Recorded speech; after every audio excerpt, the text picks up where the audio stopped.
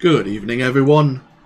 AnthWolf here, streaming live on Twitch, and of course the game of choice for tonight is even more Final Fantasy XIV, where we're going to be playing as our Paladin Leonhardt here, and we're going to be continuing with the main storyline.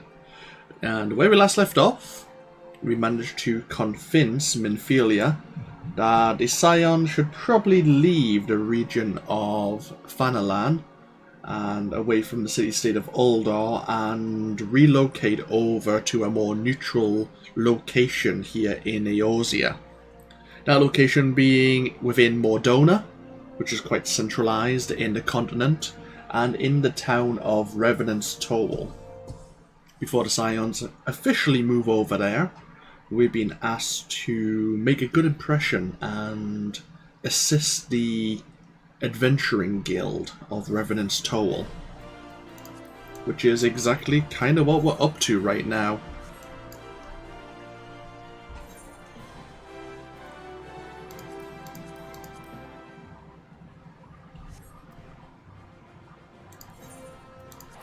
Getting very close to that level 60 where we'll lose our buff, but I've kind of accepted it. Enjoying playing as a paladin of late, to be perfectly honest with you all.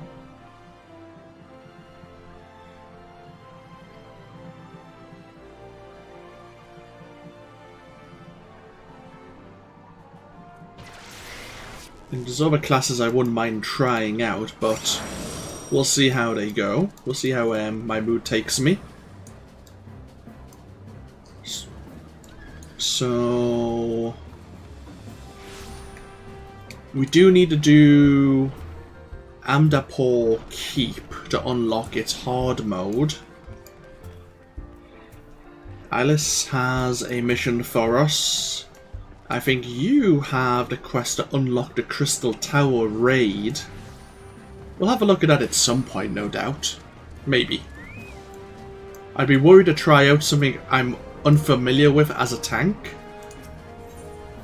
Especially something like a 24-man raid when I'll have some people, well, a lot of people relying on me. Anyhow, so let's continue the main storyline. Welcome to Morble Country. Slathborn's brow is clouded with worry and the forecast calls for rain. Unless you can save the day.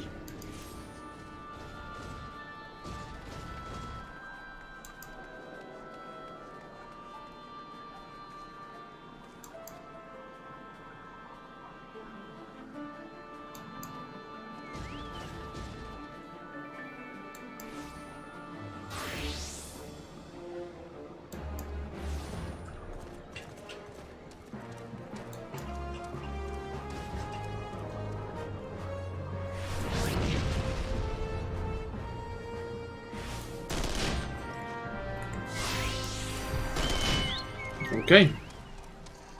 We've been asked just to slay 2 more balls. That's really easy, actually. We won't have any problems doing that.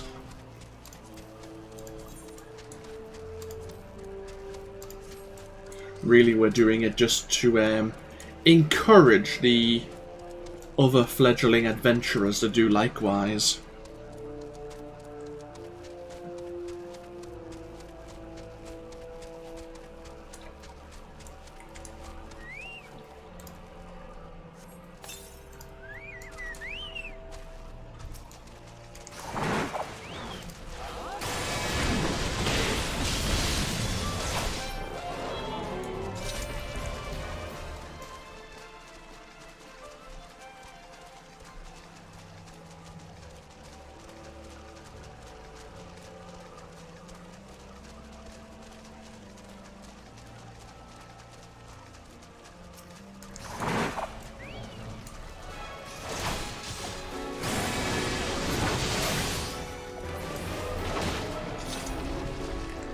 There we are, that was rather straightforward, nice and easy.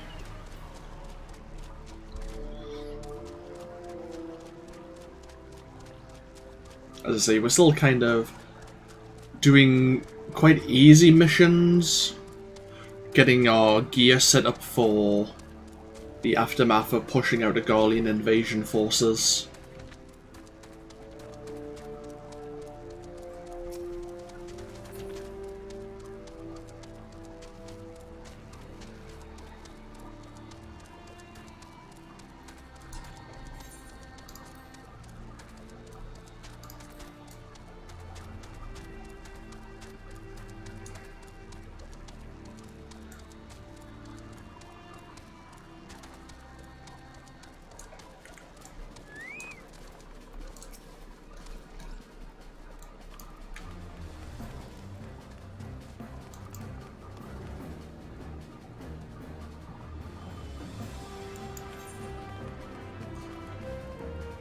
So we have a few rings here. None of them are really very useful to us. So we get some Icarus wings, which can only be used in duels or in front line and rival wing areas. So in PvP. I see. Fair enough. Ooh. Primal Focus has just been unlocked. Don't think I didn't notice that. So what is this all about? It's a repeatable quest. We get some Rowena's tokens. Lorena seeks to stock the shelves with more ritual tools. Are we gonna have to do the extreme primals again?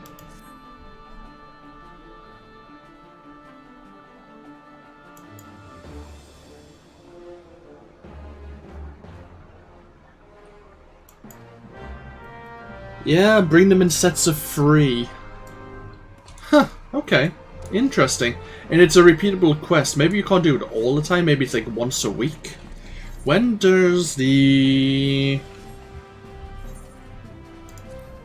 reset? Yeah, it must be once a week. Oh wait, because it is the 17th. Yeah. I forgot it told me we couldn't use that quest until the 17th, so maybe it is a weekly quest. Because the Tomes of Mendacity have reset, I think, just over 2 hours ago. Okay, interesting. Oh, we have a ton of things to sell. Okay, good to know.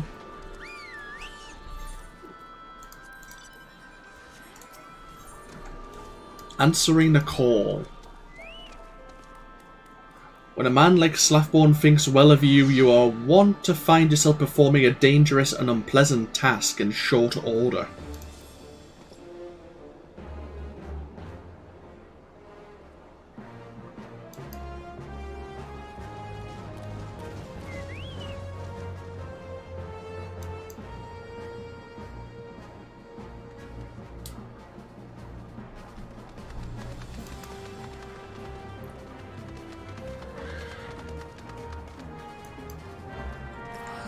Okay. So even though more adventurers are taking up and doing requests on behalf of the Adventuring Guild, they might be biting off more than they can chew. So they've asked us as a more experienced and seasoned adventurer to deal with the Hapalits just to the northeast here.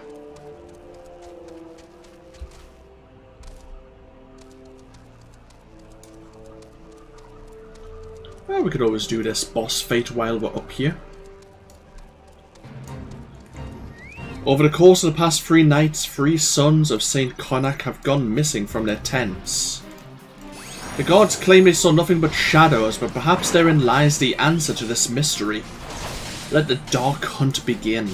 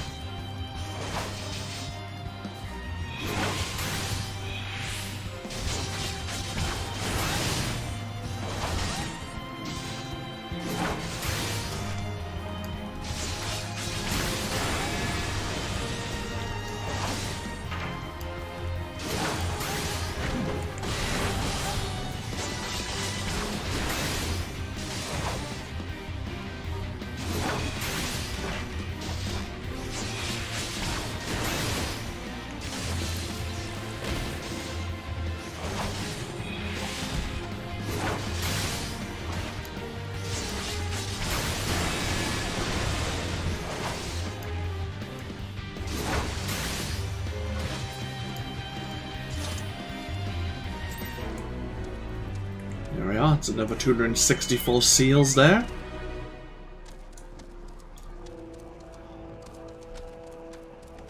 Oh, there's another boss fight up here. Ooh, Christ! Well, luckily we were meant to be down here. Ouch. Another notch on the torch.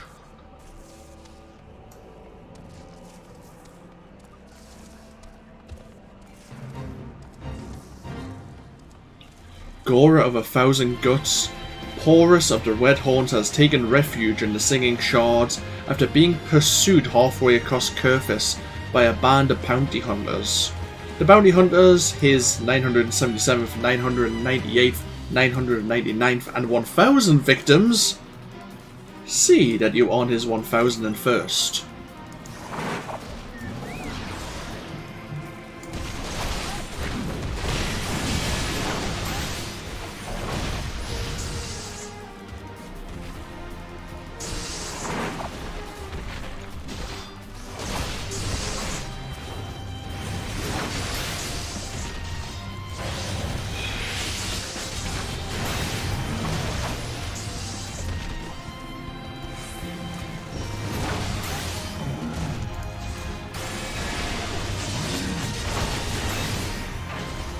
I was hoping not to involve anyone else, but I think I used an AoE and got that lightning sprite. Oh well.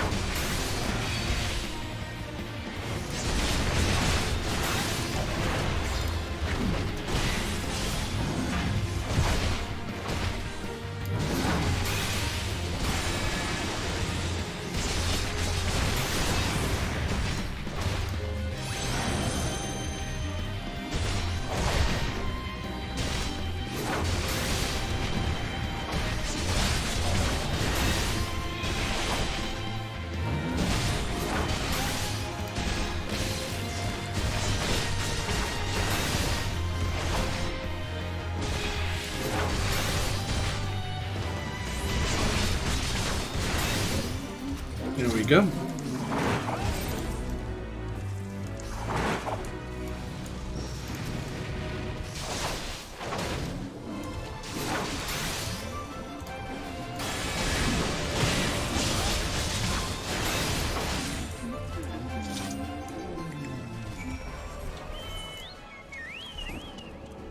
There we are, happy days. Yeah, we were up there and we dropped all the way down. I didn't realise there was an upper level.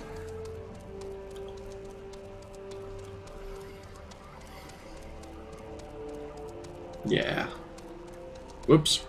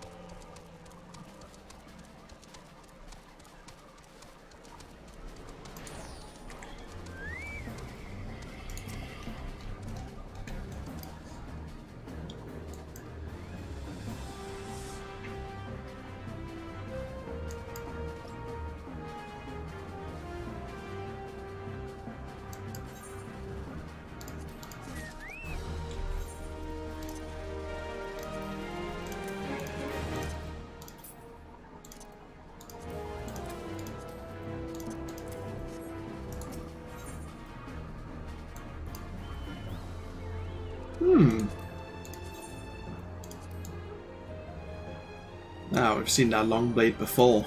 Okay. You're gonna carry that. Slapborn seems intent on putting you to work yet again.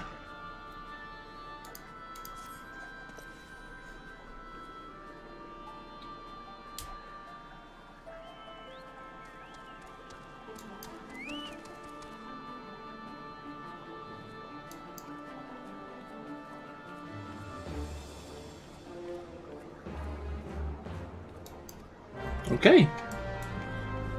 Most of our tasks apparently have been done around Revenant's Toll, and we've been asked to speak to Alphino once again. I wonder how his progress has been.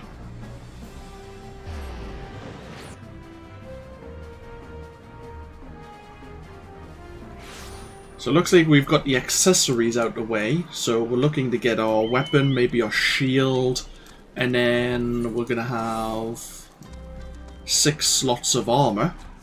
So there's probably another 8 kind of mini quests before we actually start seeing a lot of combat. But as you can see, it's a lot of backwards and forwards.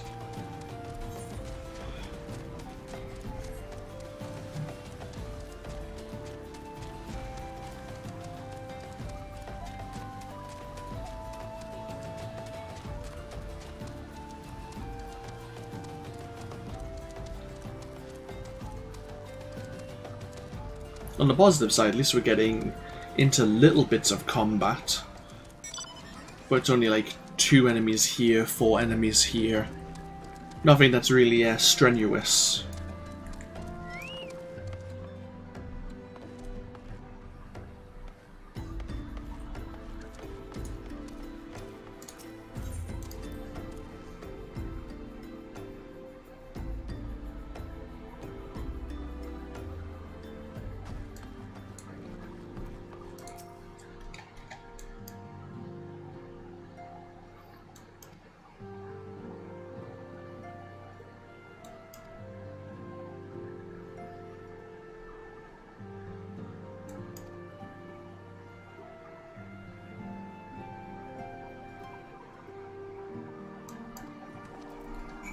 Okay.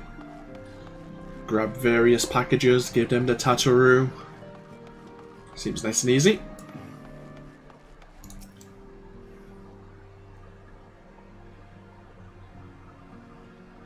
So they're packing up here, ready to move out.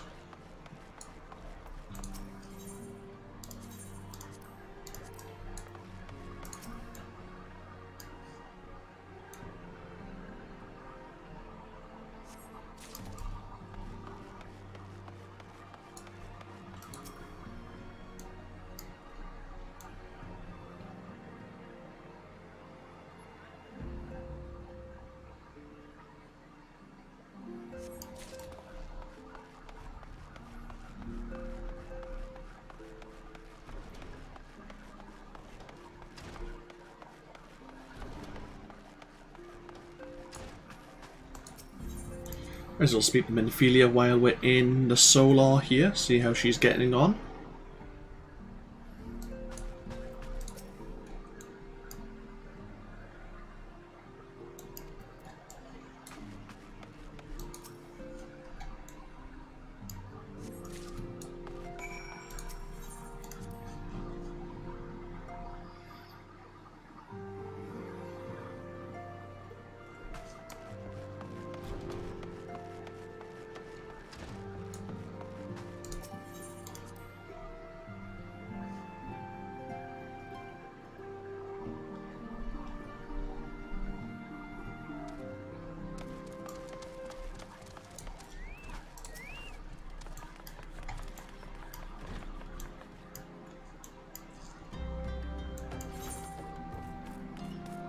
Marked for shipment, the Revenant's toll, and filled with heavy unknown items. Remember to lift with your legs, not your back. Good advice, actually.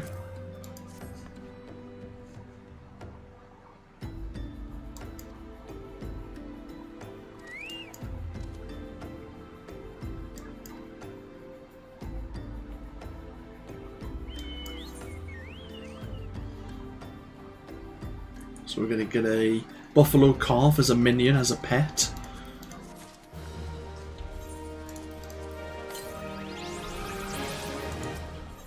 The things we do for tea. Tataru regards you with a grim countenance. Whatever could the matter be?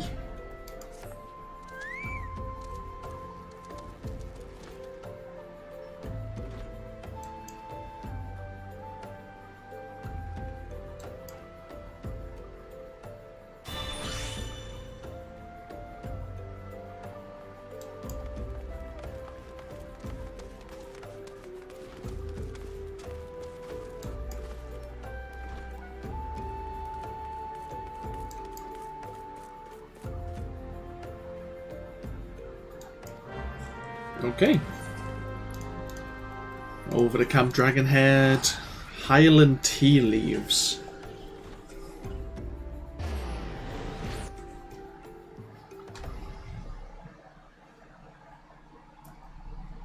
Seems fairly straightforward. It probably won't be, but you never know.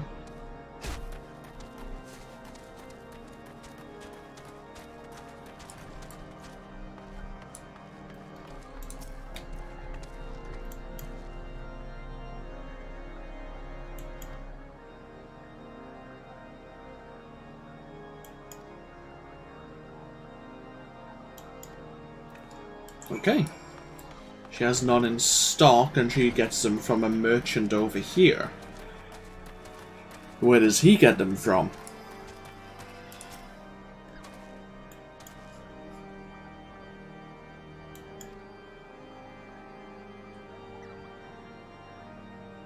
If you travel the Boulder Downs and scour the riverbanks.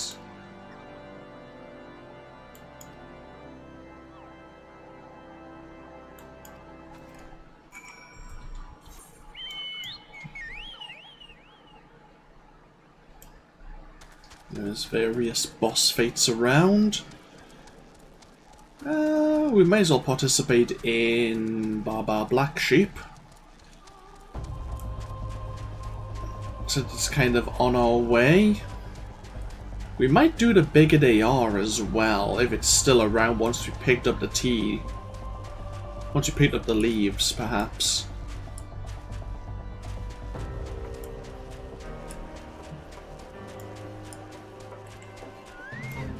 A legend amongst Curfian shepherds, Downy Dustin is said to have wool as black as night and as soft as cloud.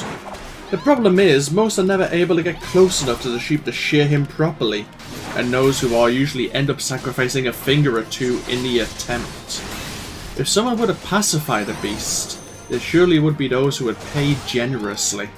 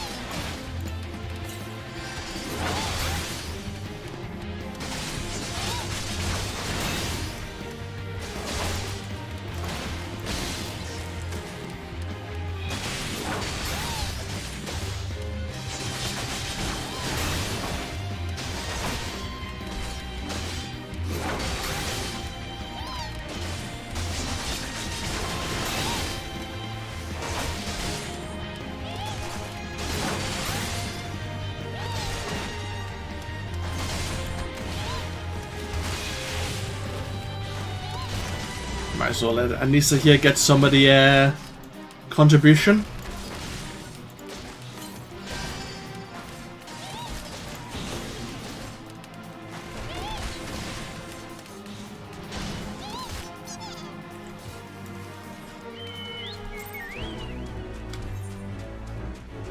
Okay, let's go get our tea leaves now.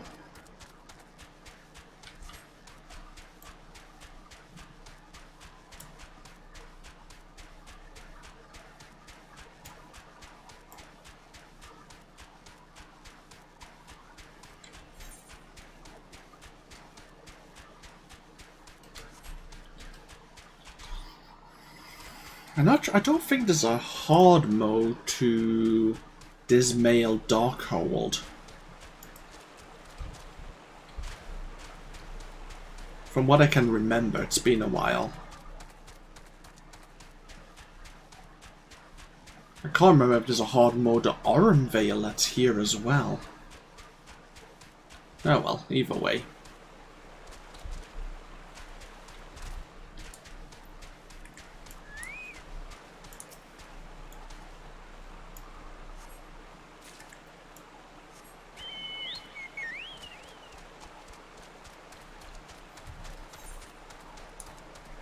So there are 3 more tea leaves we need to recover. Some of them may get some unwanted attention.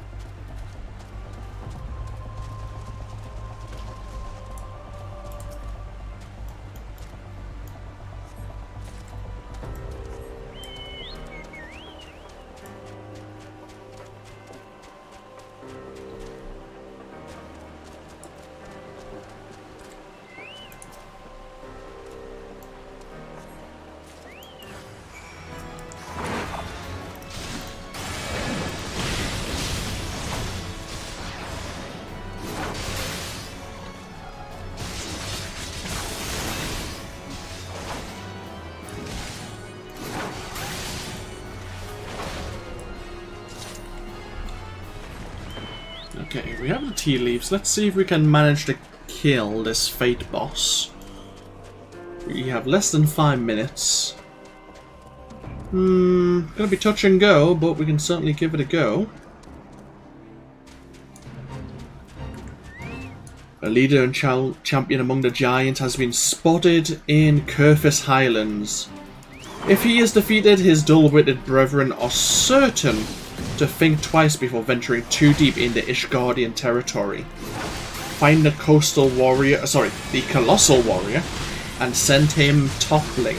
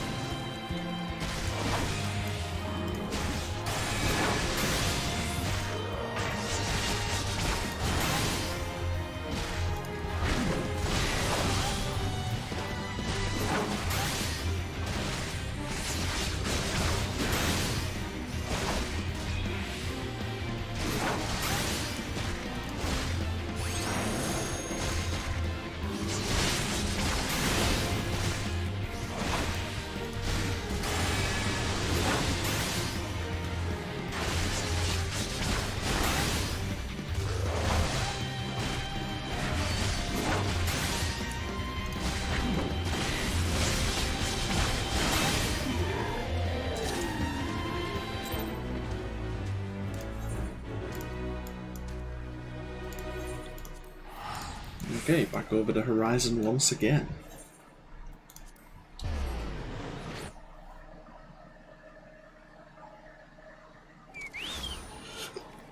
Ooh, stretch. We are slowly gathering more company seals ready for further promotions within the Immortal Flames. We are still planning to buy a property, hopefully in the Goblet at some point. We need to become a second lieutenant first. I guess before we go see Tataru, we may as well sell all our miscellaneous items, all our vendor trash.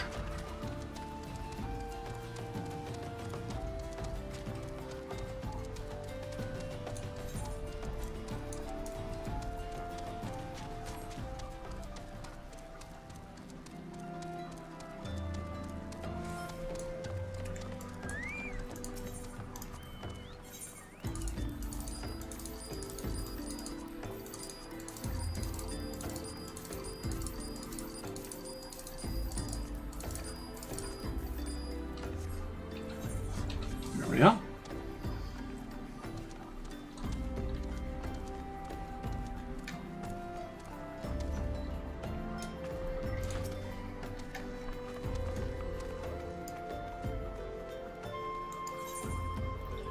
Highland tea leaves, harvested from a species native to Kerfis. When brewed, they yield a refreshing tea. This is not how Tataru intends to use them.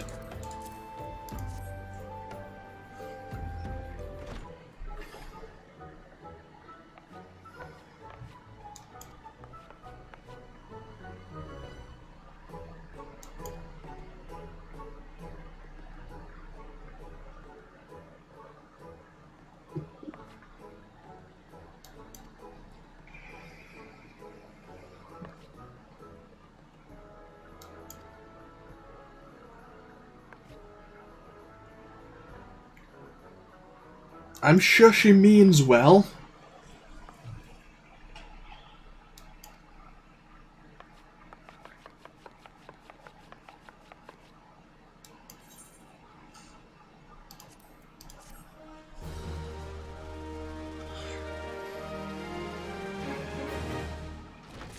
She was meant to tell us something. It's possibly a primal. Although you may not have thought it possible, Tataru has somehow managed to adopt accountants still more grim than before.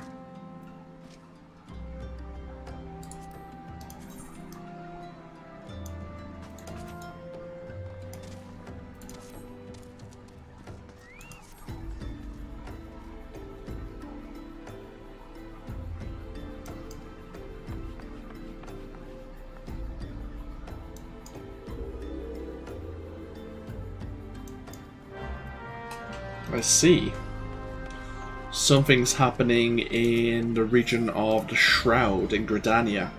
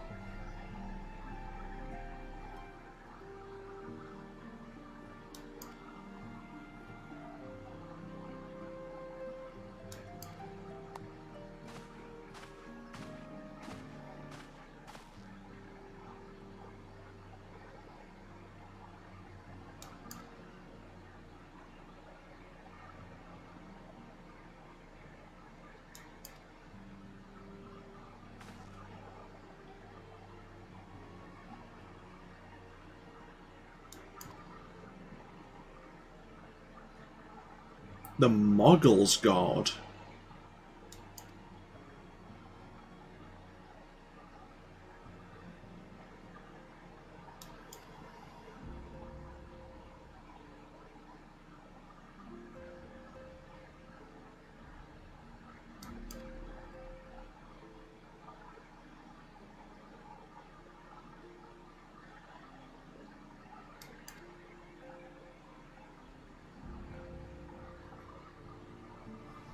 That sounds, I'm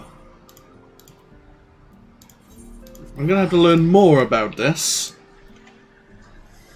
It's definitely familiar, though.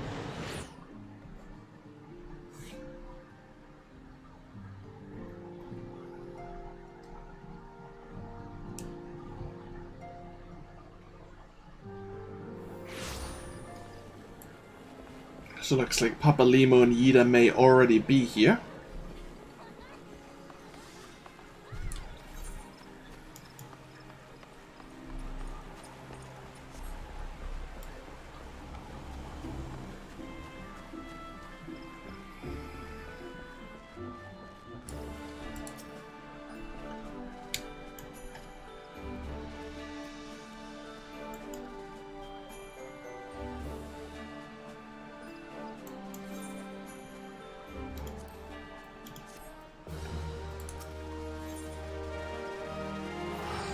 Hail to the King, Kupo. The Twin Adder Serpent Commander wishes to brief you on the latest crisis in Gridania. The Moogle Kuplo Cop visited the Adder's nest.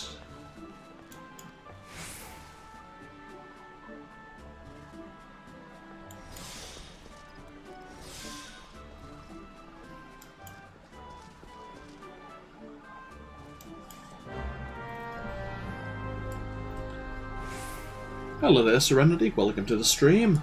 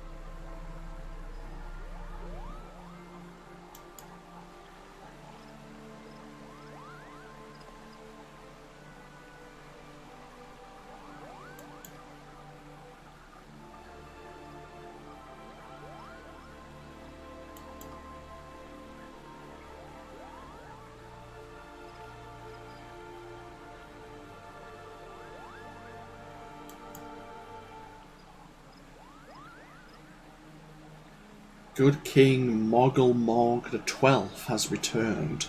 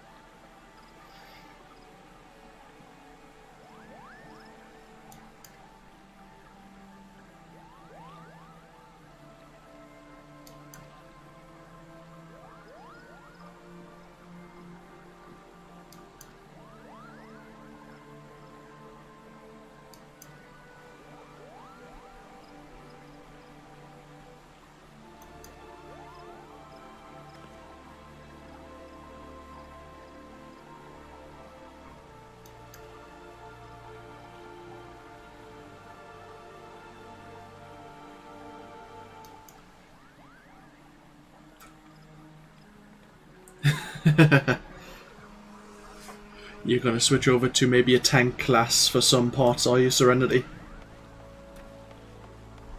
So, some Moogles, the Moogle or Moggle god, have become a bit nervous about what the future may bring and have decided to summon their deity, this King Moggle.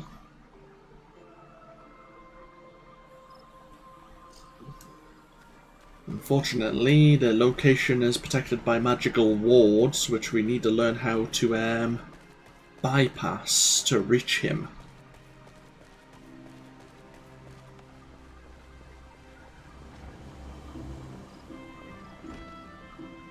Hopefully the leader of the Conjurers Guild will give us an idea.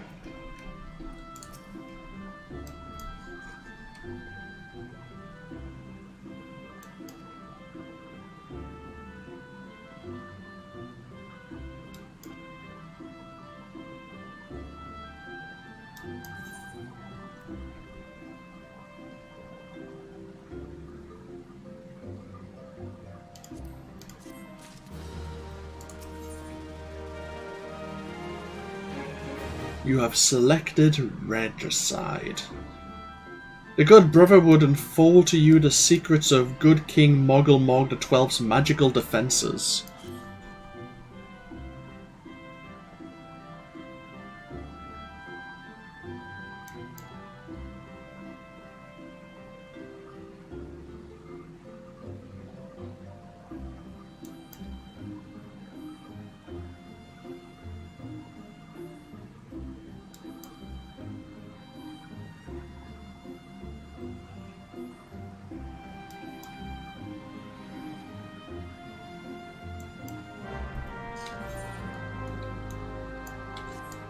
Okay. We need a set of magical keystones to get past the defences. Fairly straightforward.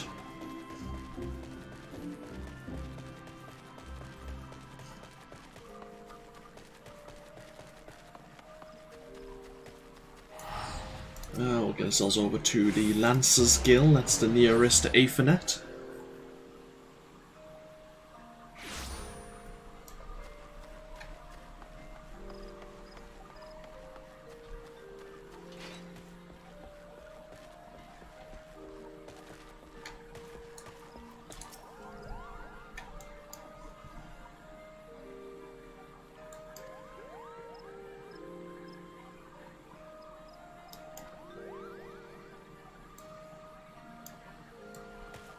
Kuplo Cop didn't seem very eager to give us the key stones there.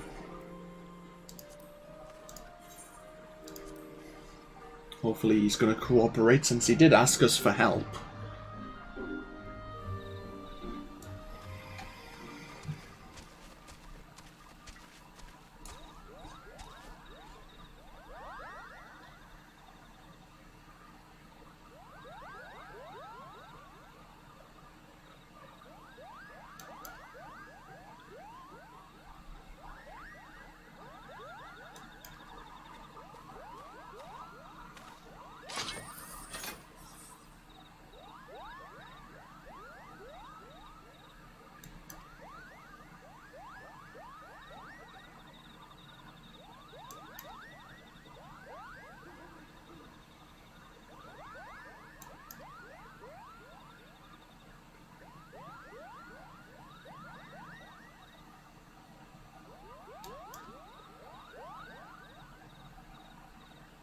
You know, it's hard to feel threatened by Moogles. It's really hard. The king has planned to purge the Twelveswood of his enemies. Which is everyone who isn't a Moogle, I'm guessing.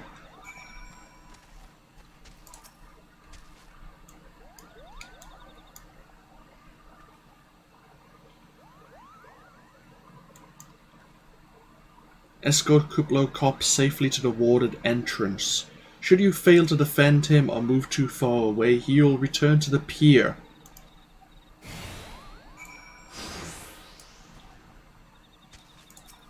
Okay.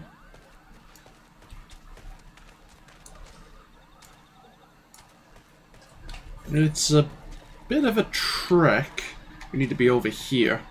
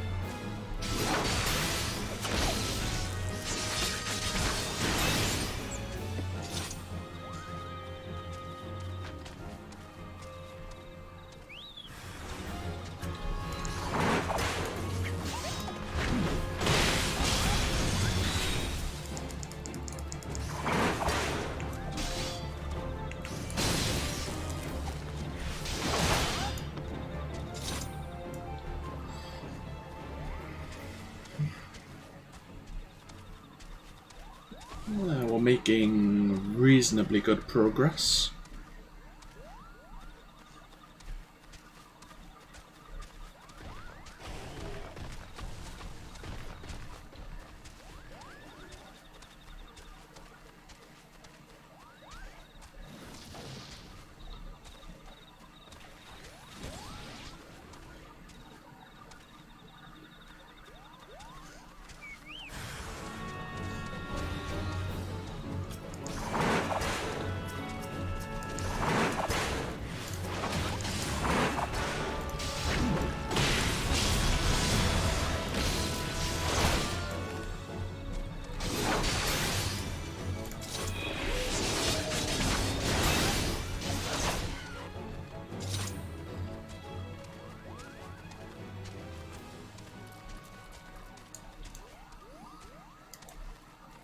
Okay, we're almost there.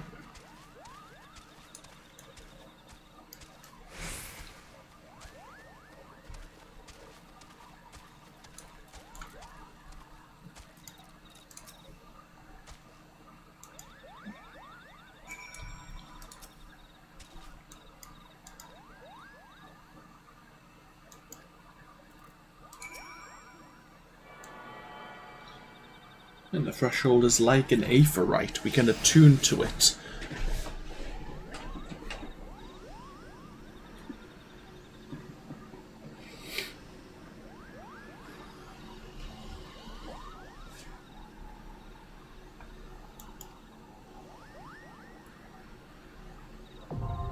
The Thorn March Hard is now accessible.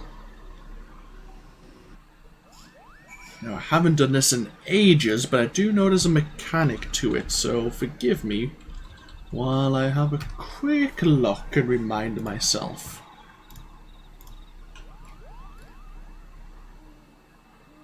Right, there is a priority. What I will do is I'll have my signs up.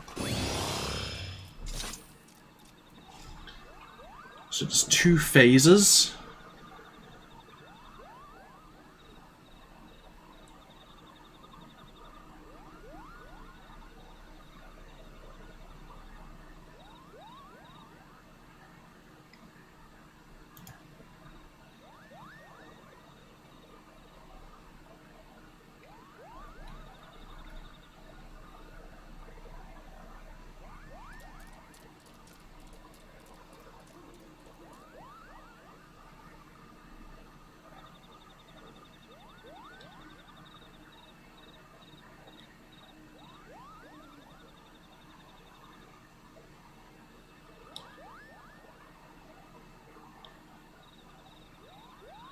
Okay, seems fairly straightforward. So I need, as the main tank, the Mughal King himself and the warrior. Okay.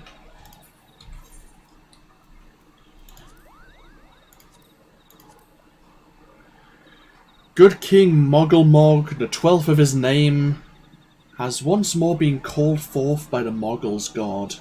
Though the king is not considered a primal in the strictest of sense, he poses a threat not unlike that of the beastman gods, in that his influence could corrupt his people's peaceful nature. And so, like other aether-starved beings, he too must be felled for the sake of the realm.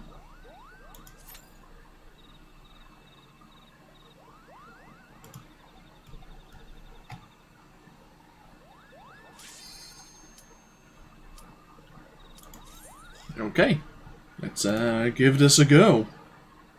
It's all gonna go horribly wrong.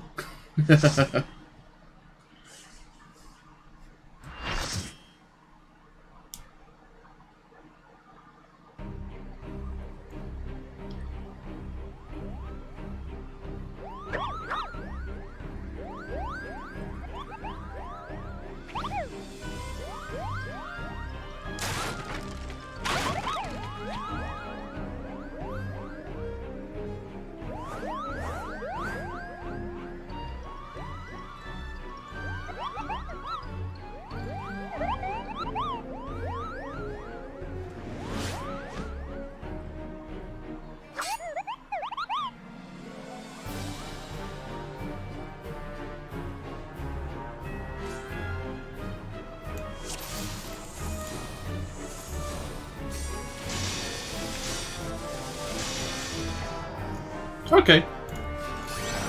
Seems like someone else knows the tactics, so we'll let them main tank.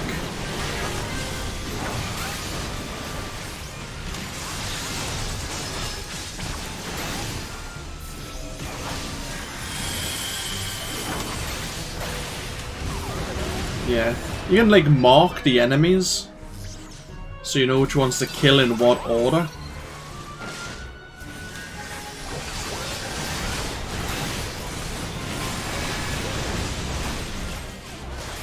They all have different classes. Like I think this is the Black Mage. Woolly Ward is the Archer.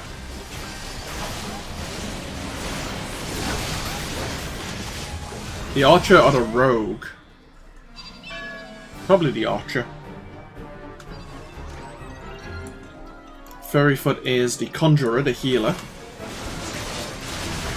Or white mage. We have the rogue here. We have... not too sure.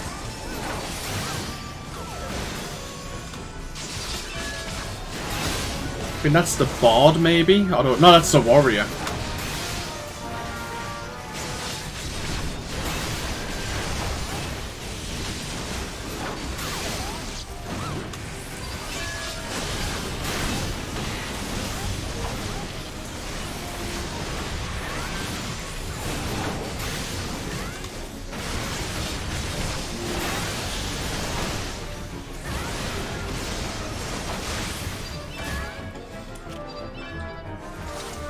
Okay.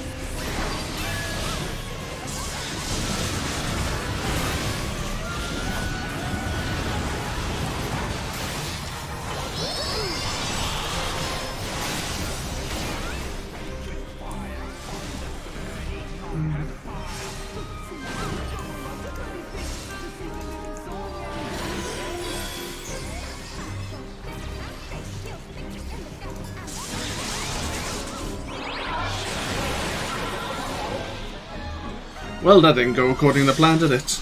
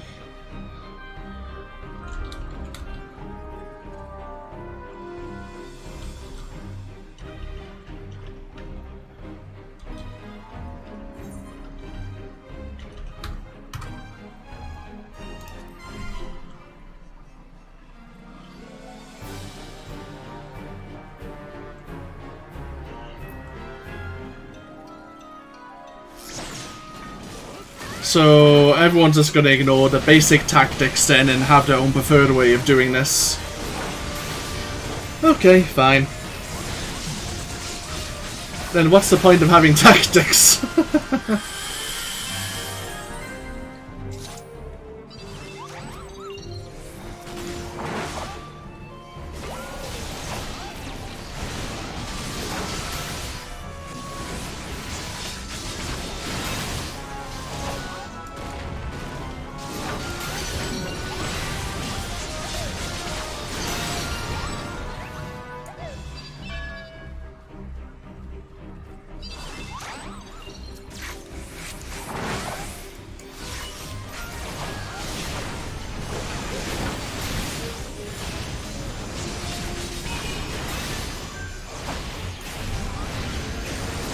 You shouldn't really need an off-tank for this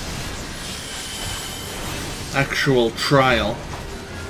Just the fact that the tank only kept the king and didn't actually bother to get the war and stood them in the Bard's AoE, which was boosting their attack and defense, I think.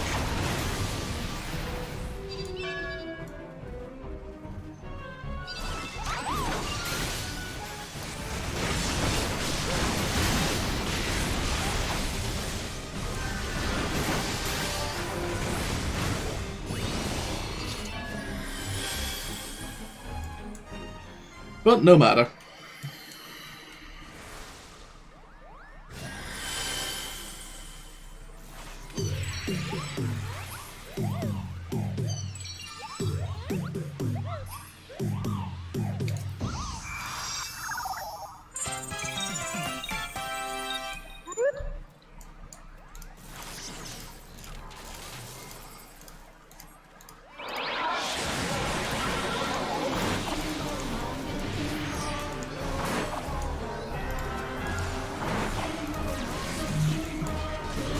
Oh, now he's gonna take them all. Okay, fine.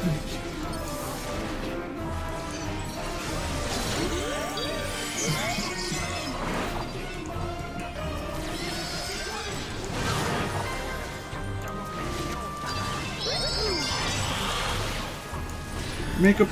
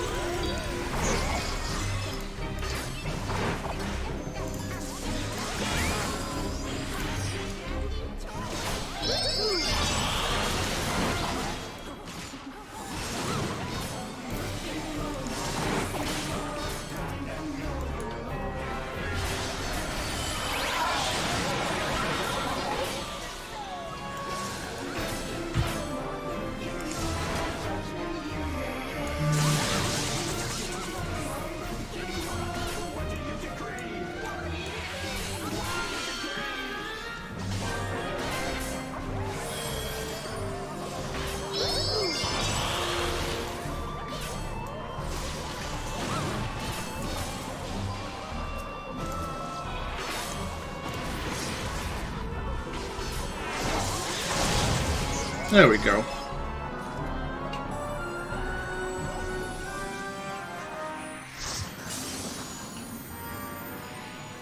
That was a bit frustrating.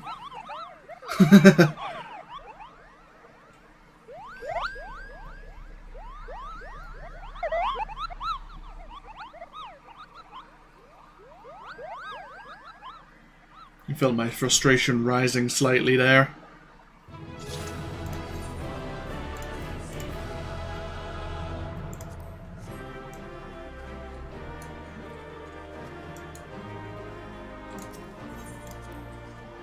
Ah, well. It happens. Just need to, like, kind of breathe in and then breathe out and let it get away from you. Doesn't matter in the long run.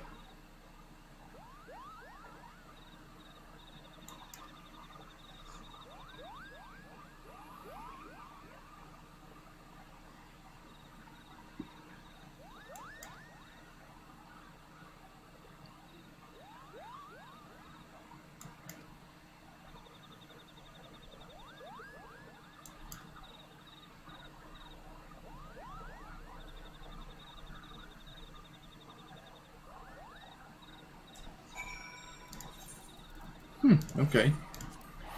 But head all the way down to Camp Tranquil now.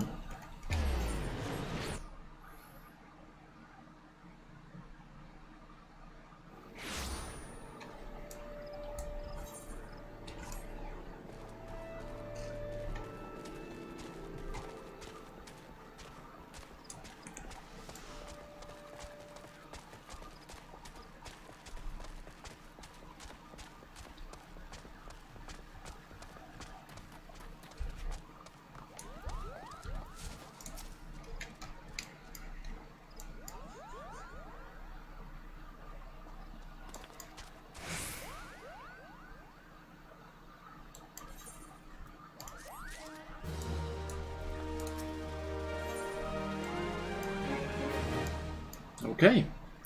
On the properties of primals, Rhea Osena wishes to congratulate you on your victory over good King Moggle Mog the 12th.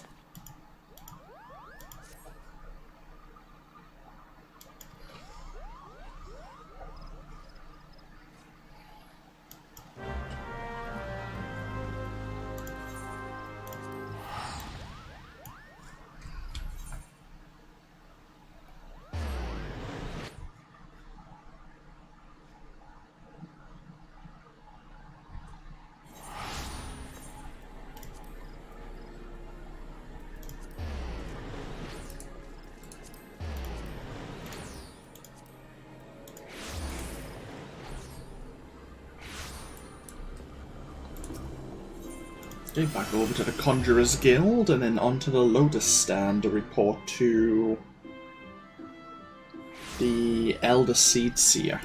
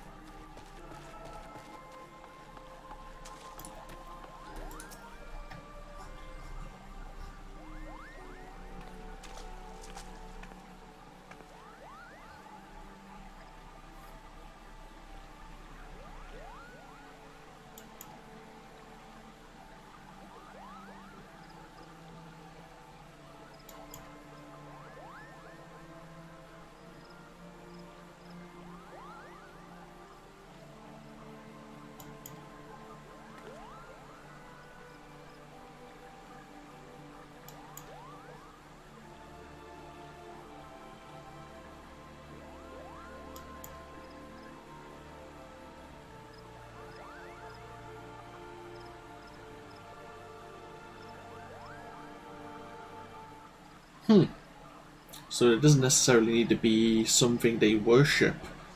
It's just through a power of collective faith and the power of the crystals that can bring forth something considered a primal.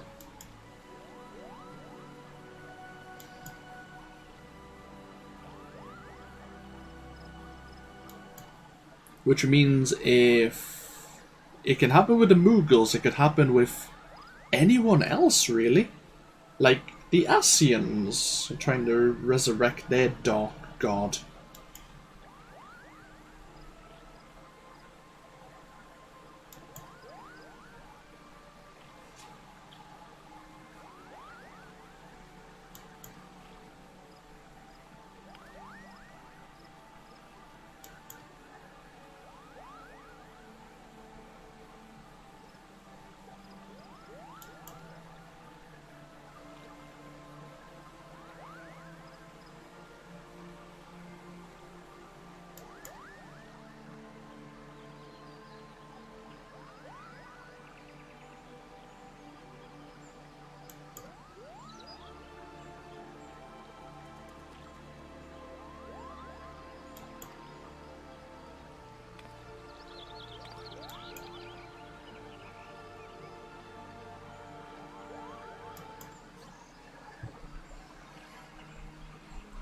Well, on the positive side, at least the Asians never told the Mughals to sacrifice one of themselves to empower their king.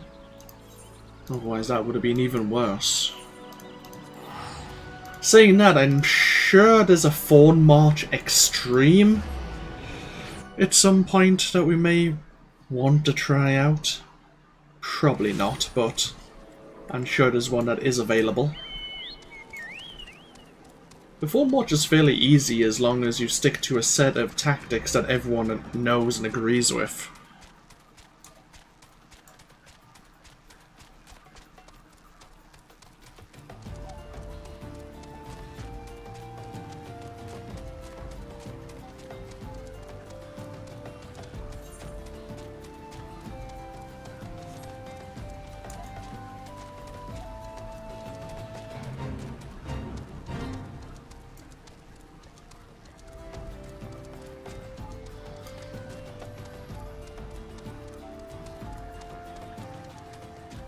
Okay, let Minfilia know that that the Mogul king has been defeated once again.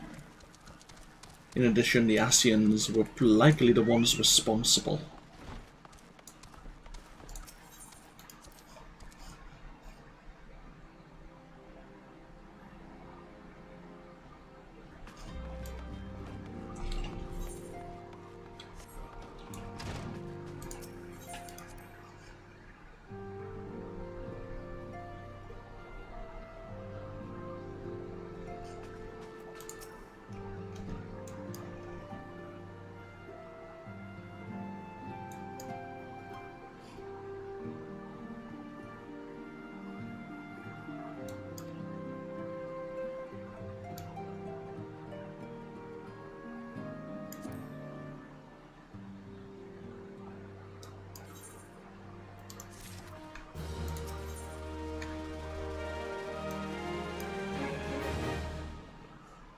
The Gifted.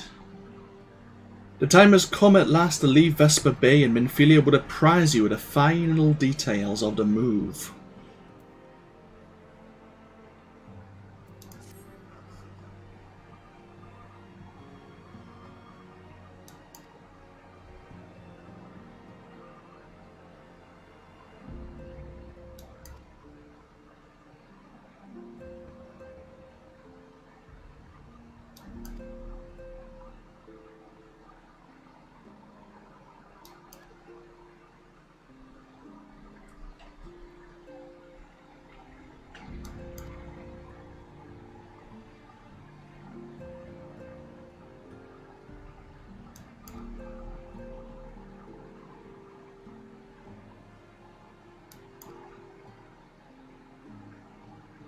I see. So Urion J will take over the running of the Waking Sands, and Alice, who we haven't really spoke to too much, is going to be working alongside him. And they're going to be looking into how to deal with the primals maybe on a permanent basis.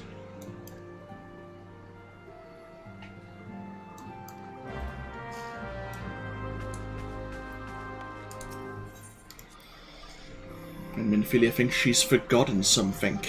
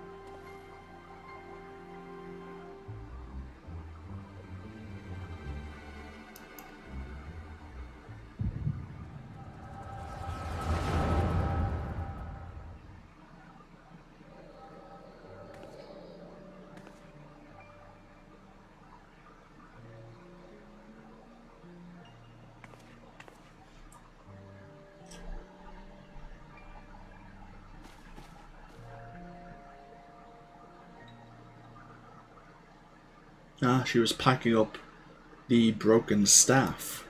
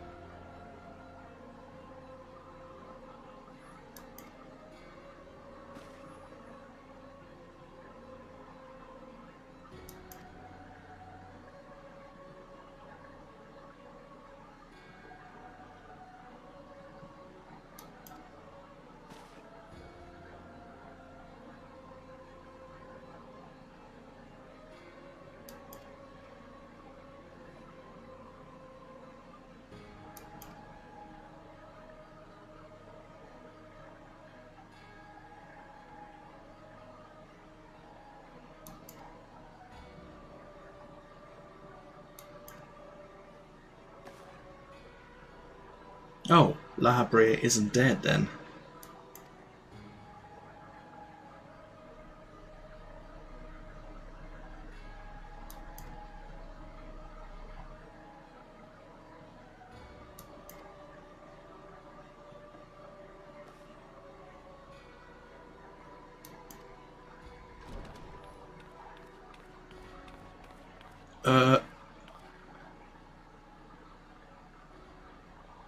You're not very observant, Tataru. This is not the best time.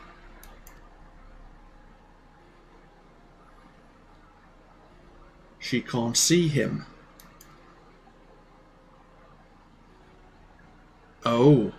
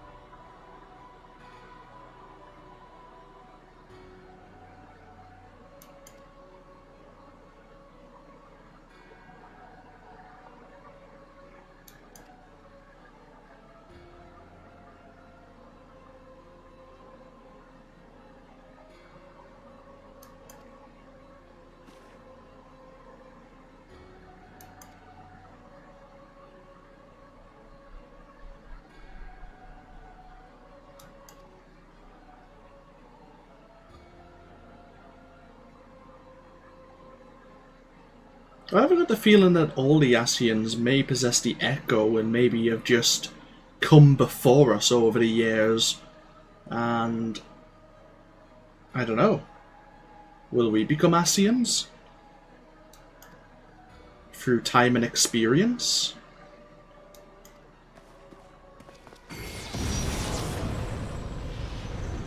Oh.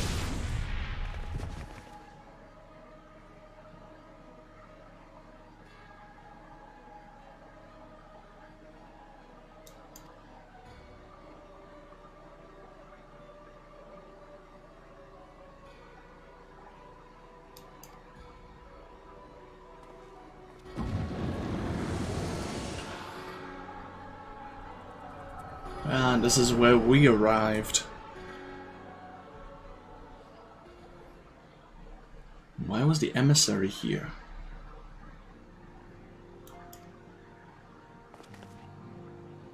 Apart from to say La Habrea wasn't gone.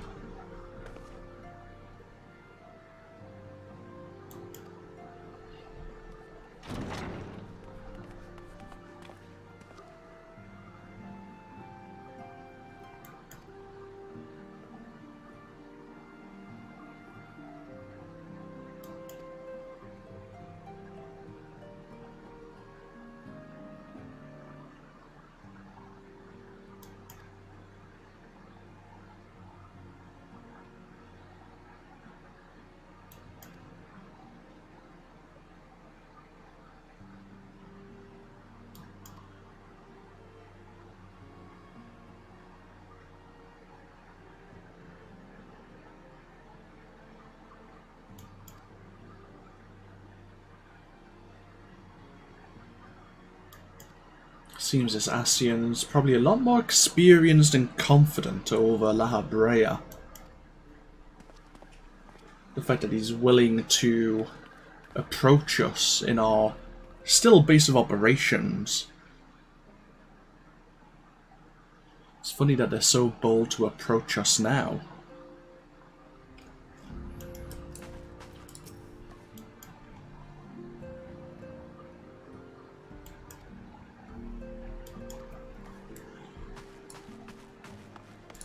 And he only approached Minfilia, unless he means to approach us now. knowing that we're going to try and track him down.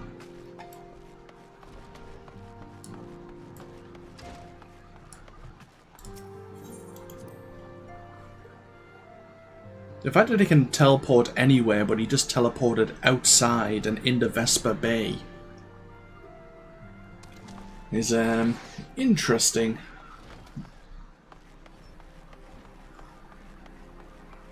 Oh.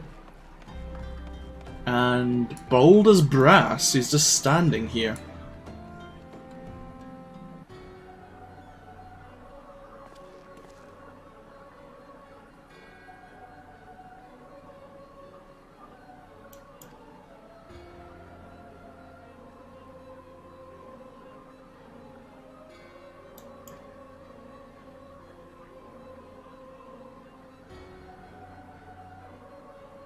He's definitely testing us, isn't he?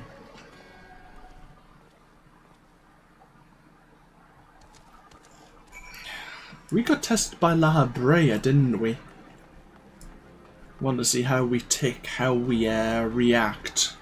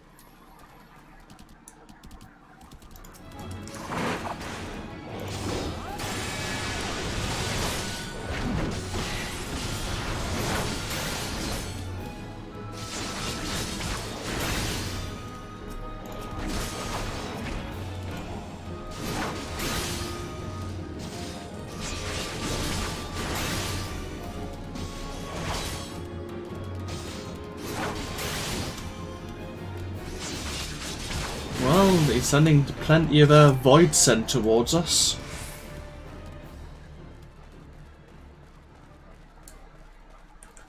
And not really too much of a challenge, though.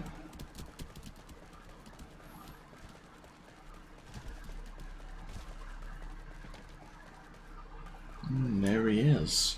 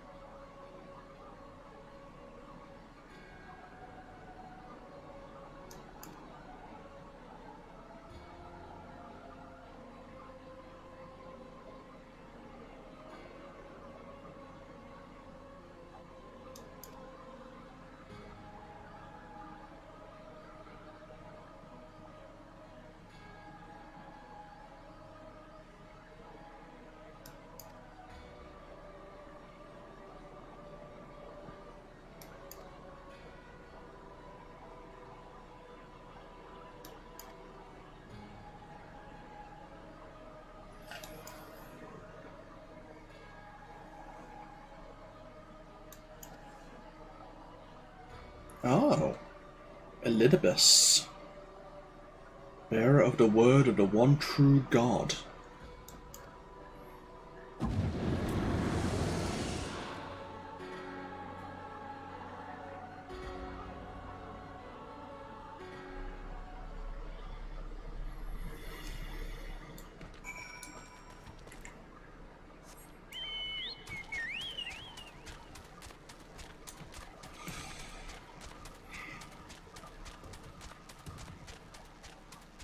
Oh, now I'm going totally the wrong direction.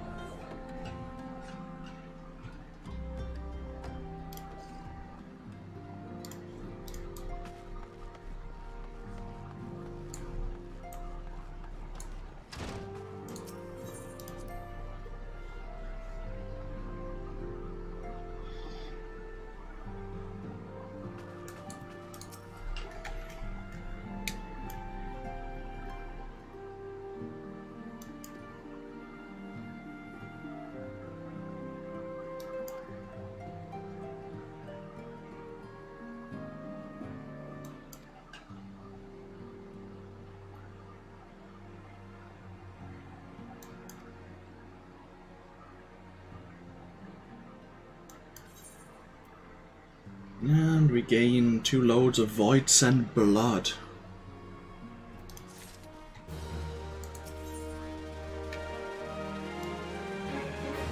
Build on the stone. Minfilia has a final favour to ask of you.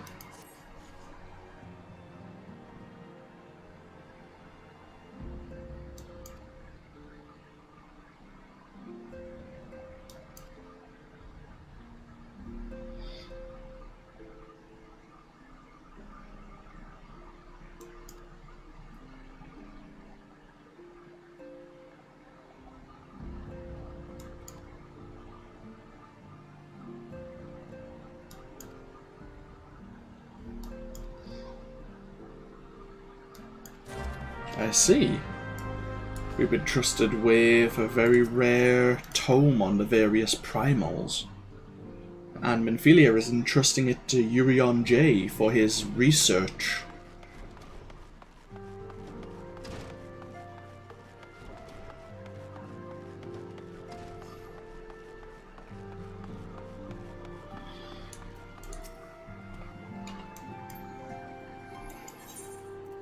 Warburton's Journal. The legacy of Minfilia's father who perished in the parade incident of 1562, when a Gabu broke free of its magical fetters and ran amok through the streets of Uldar, contains a wealth of stolen Imperial research on the primals, as well as other information which has yet to be deciphered.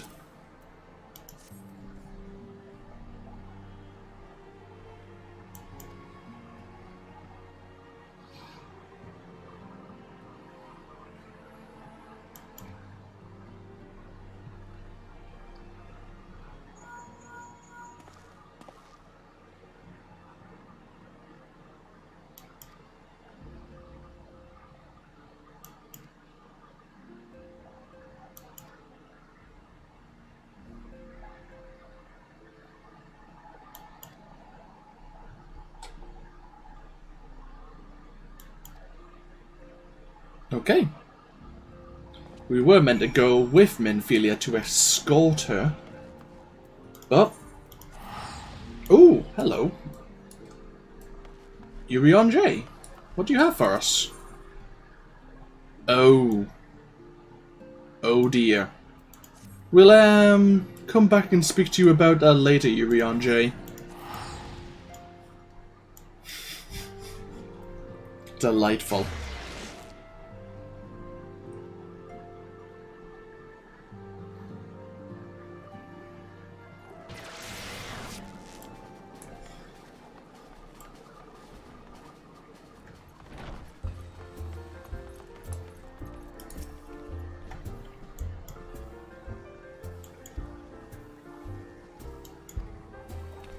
Okay, we've gained access to the Rising Stones, the new headquarters of the Scions of the Seventh Dawn.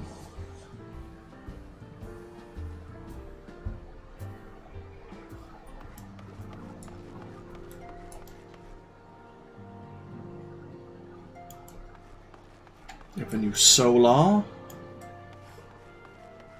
Minfilia's mother. Flamin is behind the bar.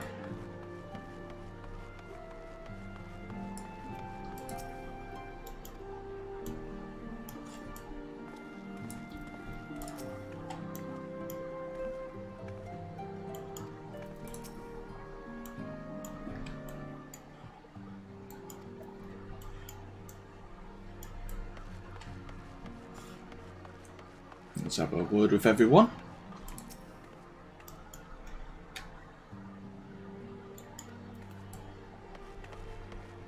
Hello, Fancred, how are you feeling?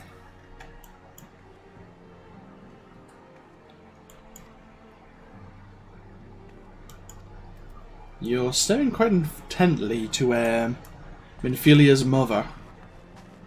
Huh.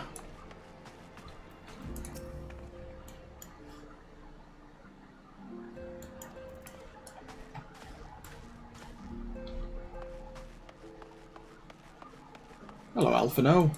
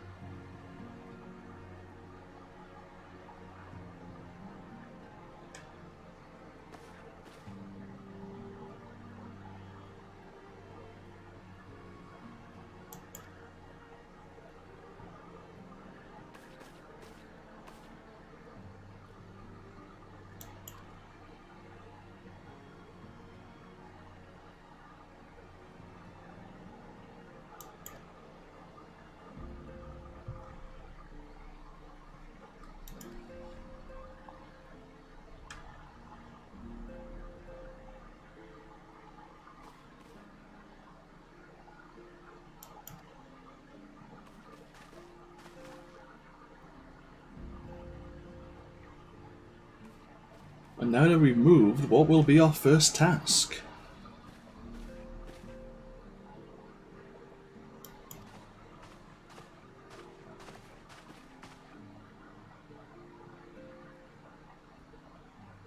Oh.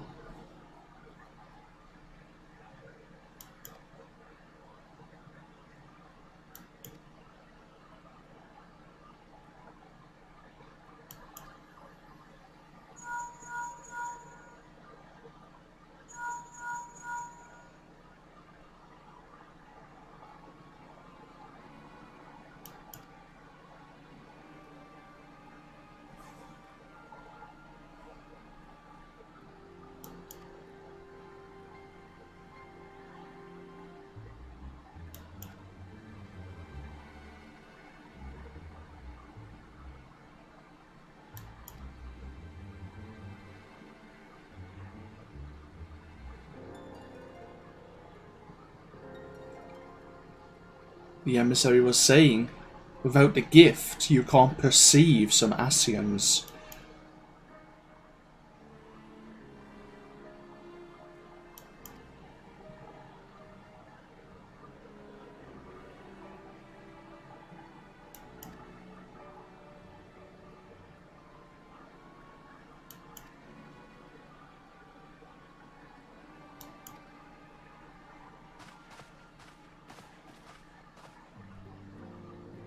Yeah, if the Ascians can walk by those without the echo, that's gonna be a bit of a problem for security matters.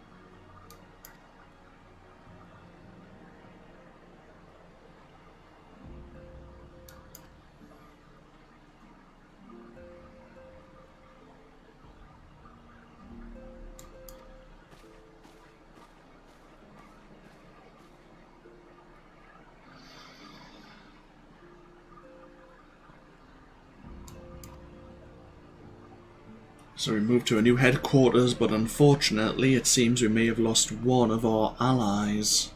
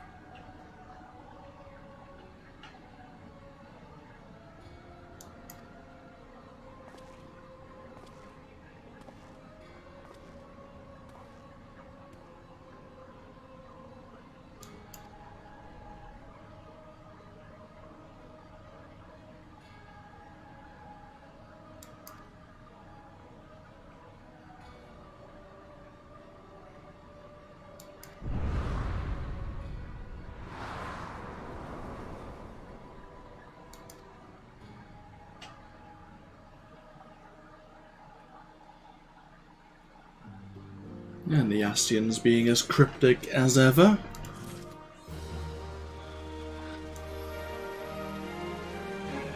Looks like we made or reached a certain plot point here. And given an achievement for it. Right, oh. Is this where we're up to? I see. Even just from the portrait, I have an idea of where we are in the story arc. Okay, interesting. We should probably take a break here and then start afresh. The Scions of the Seventh Dawn have made their new base of operations here in the Rising Stones. There may be new missions for us. What we'll do is we'll quickly pop ahead into the major cities at the very least and see what quests may be available, but we'll probably take a break and come back afresh to continue the main storyline. But beforehand... Okay, nothing jumping out at me here. So we'll go over to Limsa Lominsa.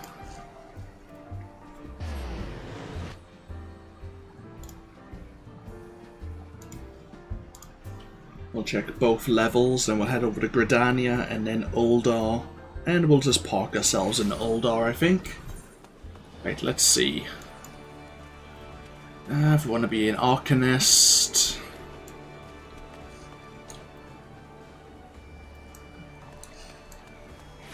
I think that's the Moogle letter delivery, if we really want to indulge in that. Probably not. Anything on the upper decks? Anything of interest? No. Okay. Like, there may be quests actually in various like villages we pass by as well, but we're not going to check everywhere. If there's any new quests that we may discover them just wandering around. If that was the case.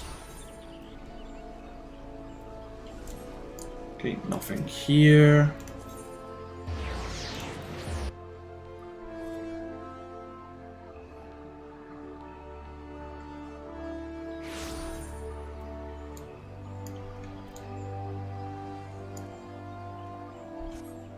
Okay, and last but not least, of course in Uldar we still have the quests waiting for us to become a red mage or a samurai, but we're going to leave them until at least we get to the Stormblood expansion.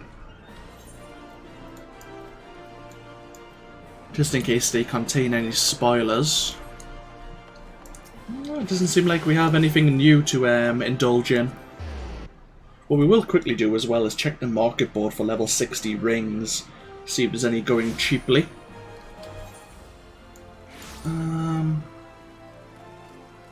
Nope, nothing new jumping out at us.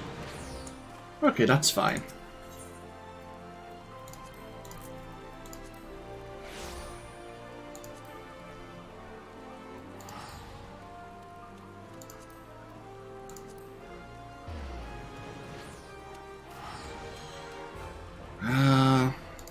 There is one ring. Let's have a look. If I was just to ignore the ring. Okay, so there's some at level 62. We'd probably get these mud rings from the Stormblood quest.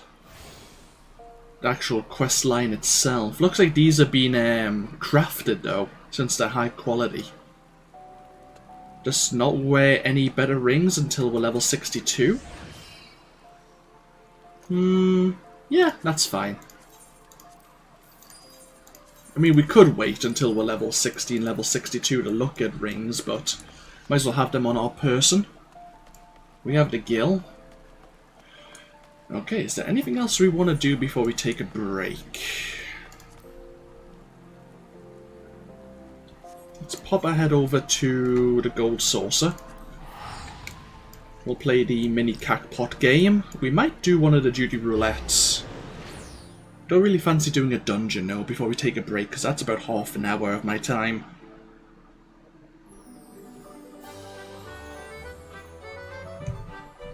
Is there any events going on? Not that I can see. We'll see if anyone event is starting in the near future. I think they're normally at 1/4 and 1/4. Yay! In less than 2 minutes. Yeah, okay, we'll participate. We'll wait 60 seconds, and then we'll do the mini Cackpot game.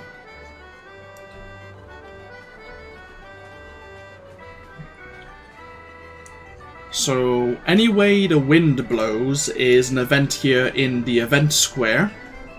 And I think there are 5 stages. And you get to position yourself anywhere in the square. And there is I almost want to call it a boss, who will, I guess, sneeze on you. And if you're in his blast radius, and it's random for each stage, he will blow you out of the square.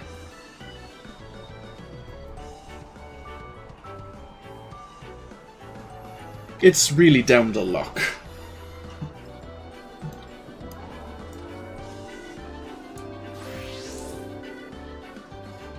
Master Typhon's nose blows, whither the mucus flows, nobody knows. Master Typhon we don't really know about just yet. If we continued with Hildebrand Mandeville's quest line, we'd discover more about Master Typhon. Either way, where should we park ourselves? I think we should park ourselves... here.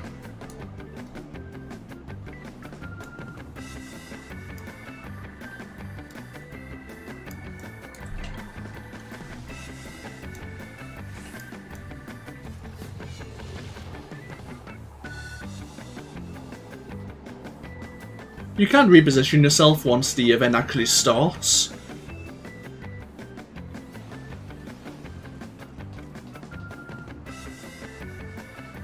But you do get stunned in place once the stages activate.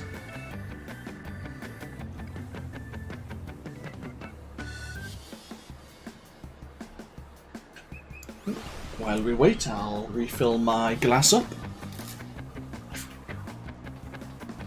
I don't think I've ever actually succeeded in this fate. I don't think I've been lucky enough.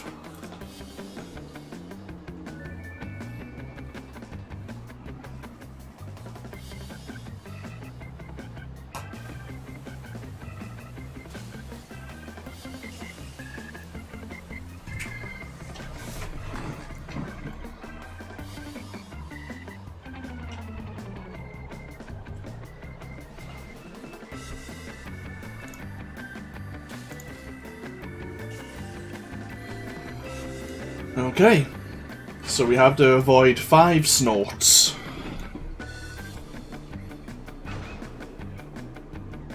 Oh Christ. Yep, we failed immediately. That was unfortunate of us. I'm never lucky. Not with that one anyway. We could have stuck around and watched the rest of it, but... oh well.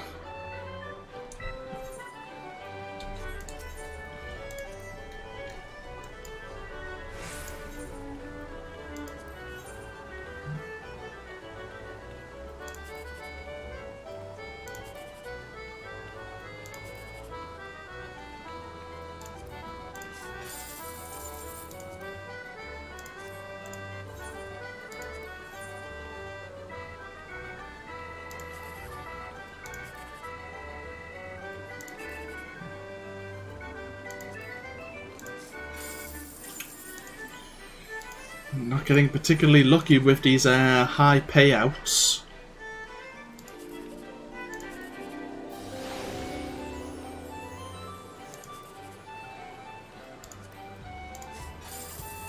Not lucky at all. Oh well.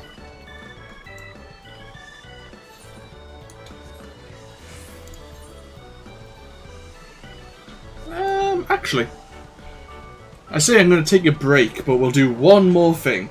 I promise. One more thing I haven't shown off yet. Let's go up to the Chocobo Square and see if we can participate in some Chocobo racing.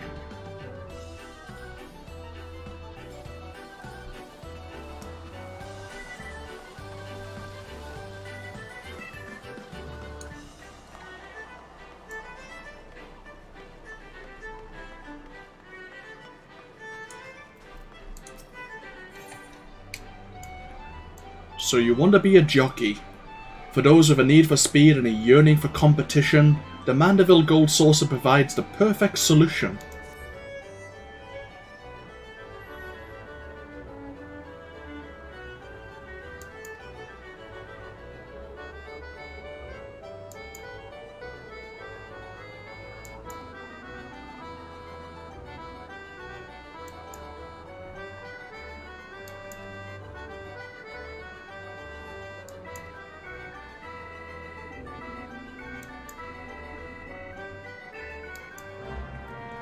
Oh, okay. So there's a few things we have to do prior. Need to go over the Bent Branch Meadows and to get the initial training for our racing Chocobo. There's not many people who do Chocobo racing, so you end up normally playing against quite a few AI.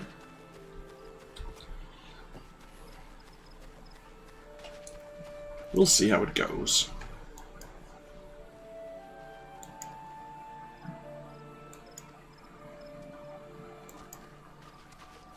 Additional fledgling chocobo registration forms can be purchased.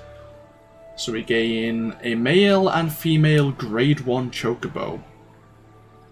Now you can breed your chocobos to try and increase their like base parameters and gain like different abilities that your chocobos can learn. Okay. You now possess a fledgling chocobo registration form. This document grants you sole ownership of a newly hatched chocobo bred specially to race. Until its maiden race, your fledgling will be trained and cared for by the chocobo keeps and Moogle's gift mounts. Okay.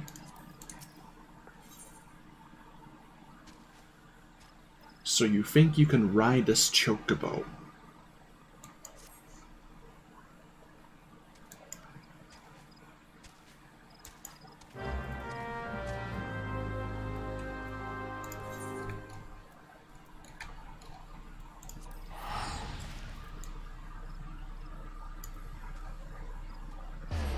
Chocobo racing is a good way to gain Mandeville goal points. Especially if you're participating with a desire to... what's the word? To do the challenge log. Because there is Chocobo Race challenge logs you can do on a weekly basis. And sometimes it's just participating in Chocobo racing, not just winning matches. Even though winning matches also benefits.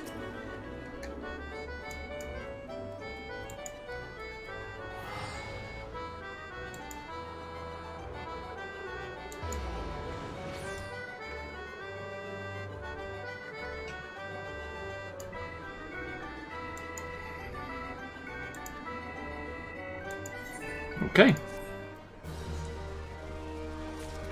Chocobo races are now available. To hand over our registration form. So, our starting Chocobo has only 2 stars in all of their stats. We need to choose a name.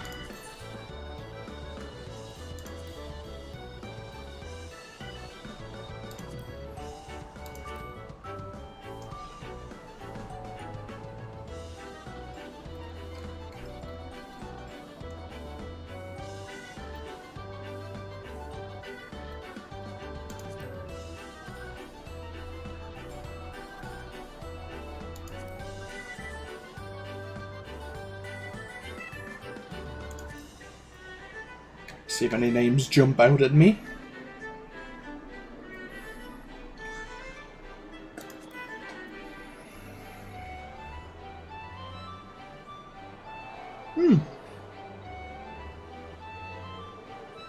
Justice stands out to me. We'll go with Justice.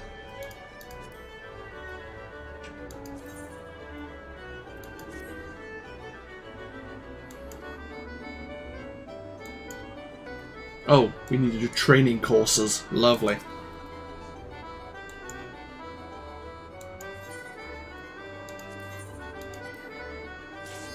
So be it.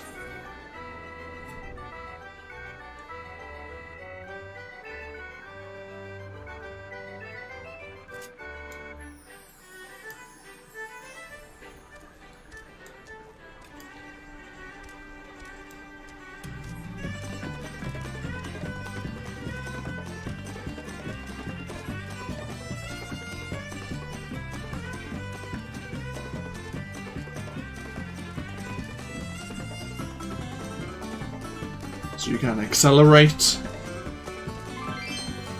which burns more of your stamina.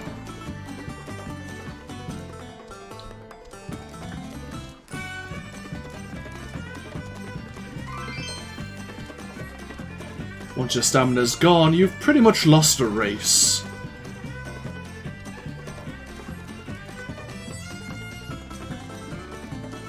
So you can become a lavered if you're accelerating too heavily, too much. There you go, we're now lavered, so we should slow down.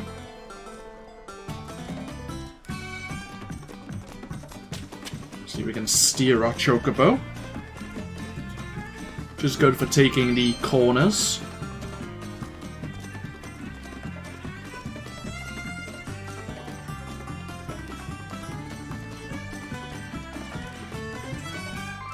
Ah, I see. You'll find magicked panels with various effects on the ground. Ah, there's a panel over there. Ah, there's a panel here as well.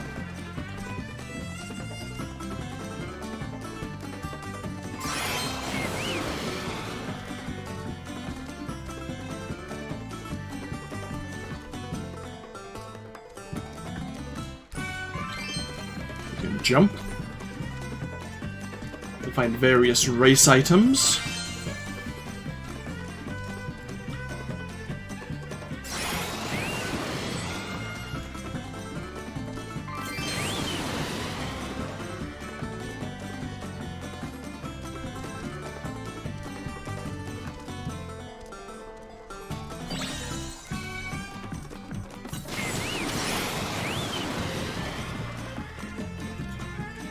Okay. And I think that's everything we need to know. Happy days.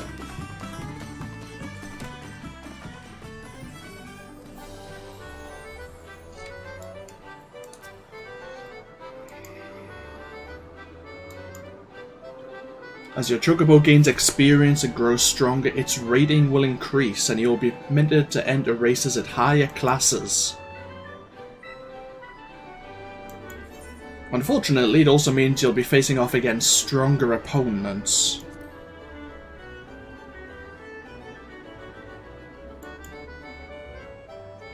The maiden class is only open to the most inexperienced of competitors.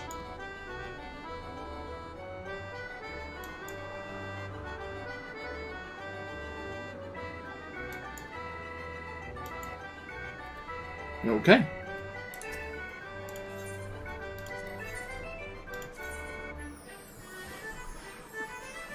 Oh, you know what? This never used to be here. Well, it probably was, but I used to remember entering races just from the registrar here. Okay. We'll just choose a random map then.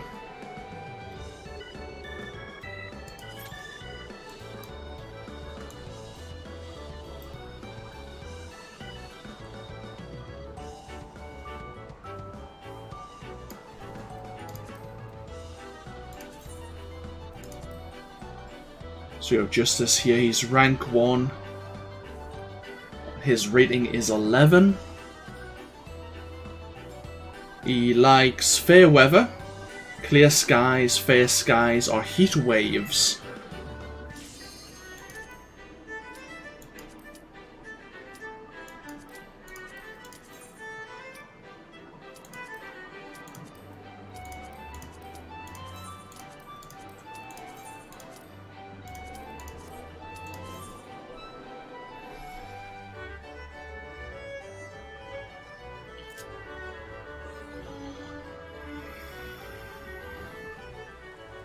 And this is not fair weather, but okay.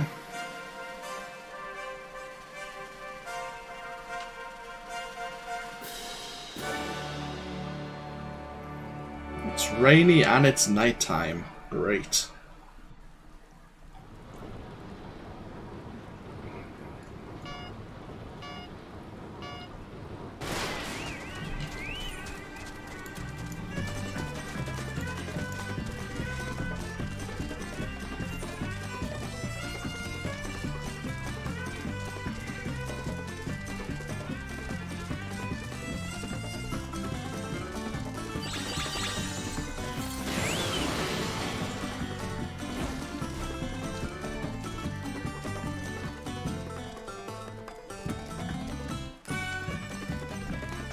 It's worthwhile as having the map up in the top left there to see what's coming up.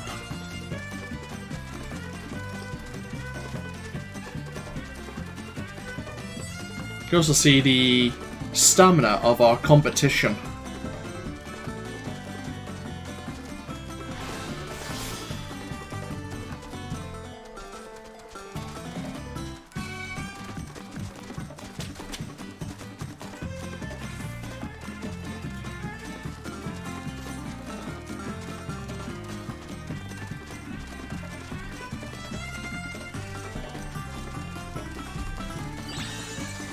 We have Bacchus Water here, which makes the opponent ahead of us go frenzy, which means they constantly sprint for a limited period of time, even through the Lavid effect, which makes them burn stamina all the more.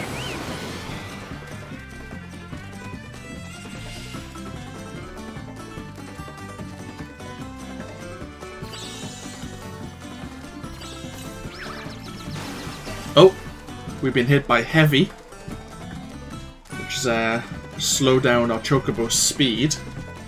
But we have tons of stamina compared to everyone else. You can see Wet Locket's got no stamina left, so that's not going to help.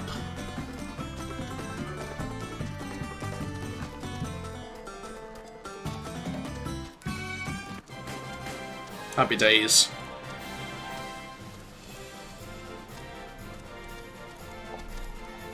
The AI normally burn their stamina a bit too easily.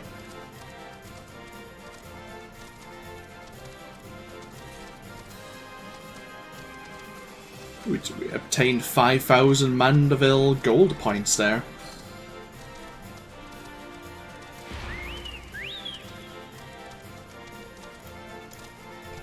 In addition to the 387 for winning the race. Justice has gained rank 5 from rank 1. Impressive.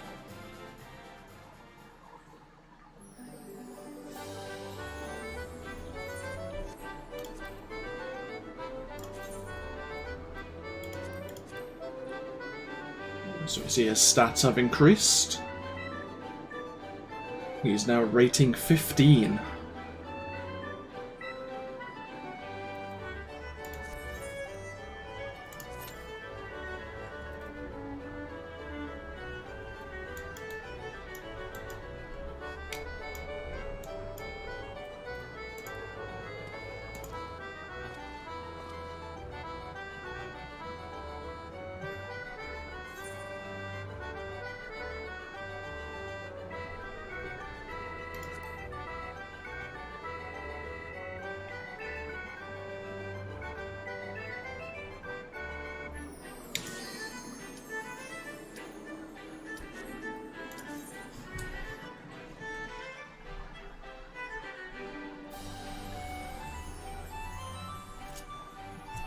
And what do we have this time?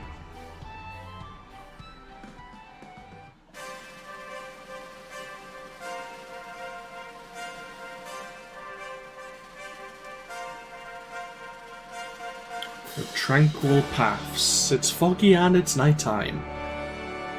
Lovely.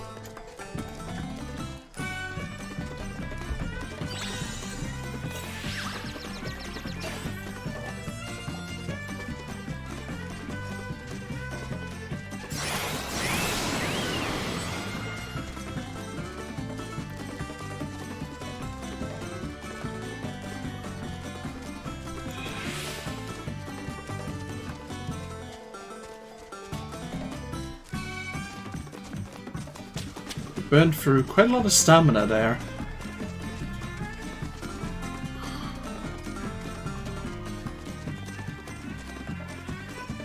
We have to slow down a little, be a bit more conservative.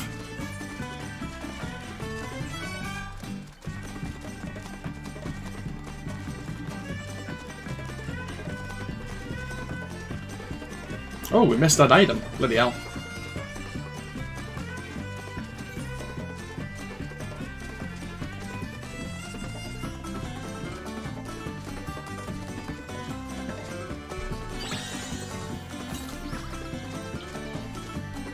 This should really screw over Jolie.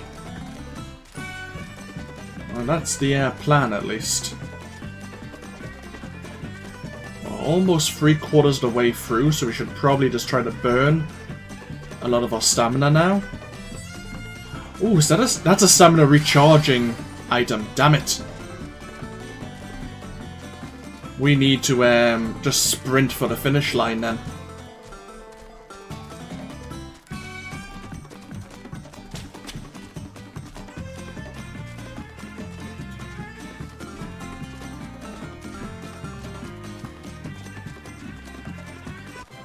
Ooh, close.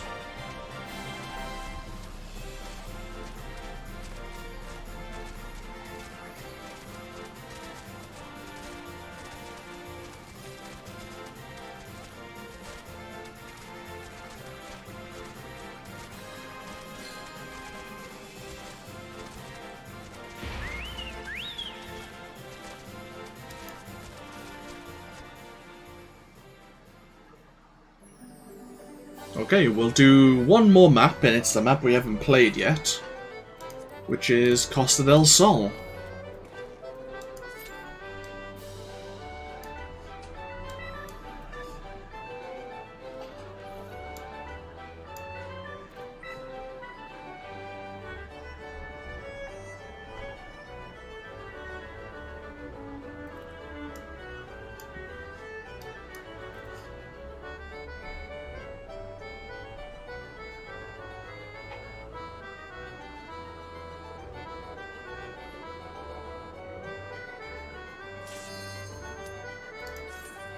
We're going to have some favourable weather for once.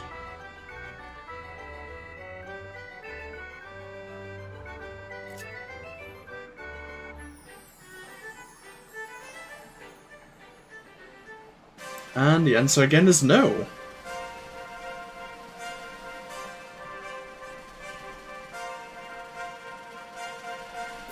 That's clear skies, I guess.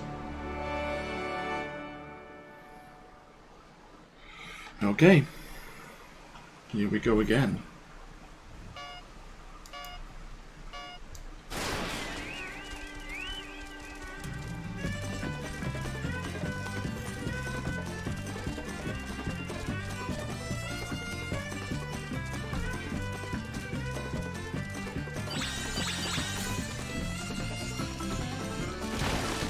Caltrop damages the stamina of people it actually hits.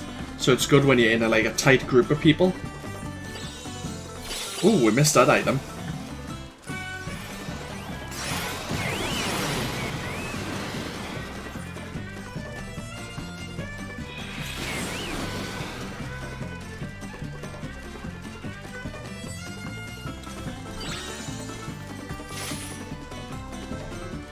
Look what a spider web does. Oh well.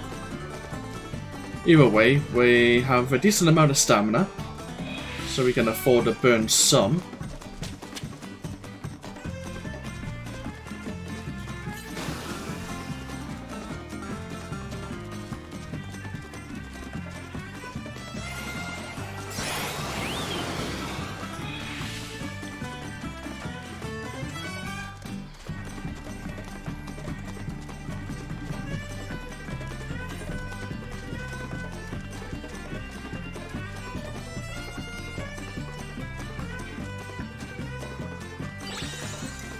Spiderweb renders a chocobo running immediately behind you unable to use items. Oh well, that would have been handy a second ago.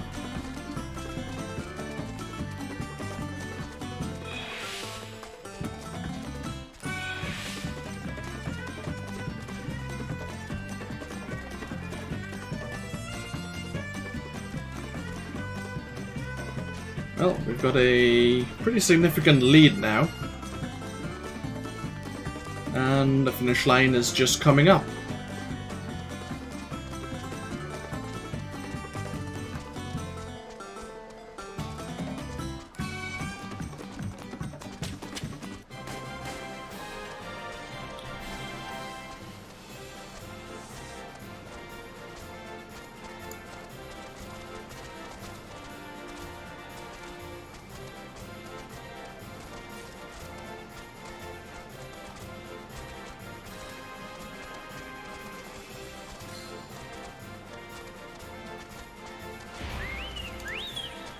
And our Chocobo has learned a race ability, which is very possible to, oh,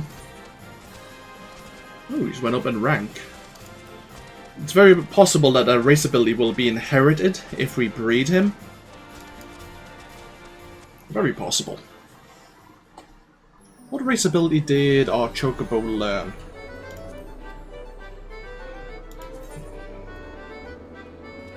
Swaps current item with a different one. That could be good or bad, really. Okay. We'll head over to Revenant's Toll, and then we will take a break.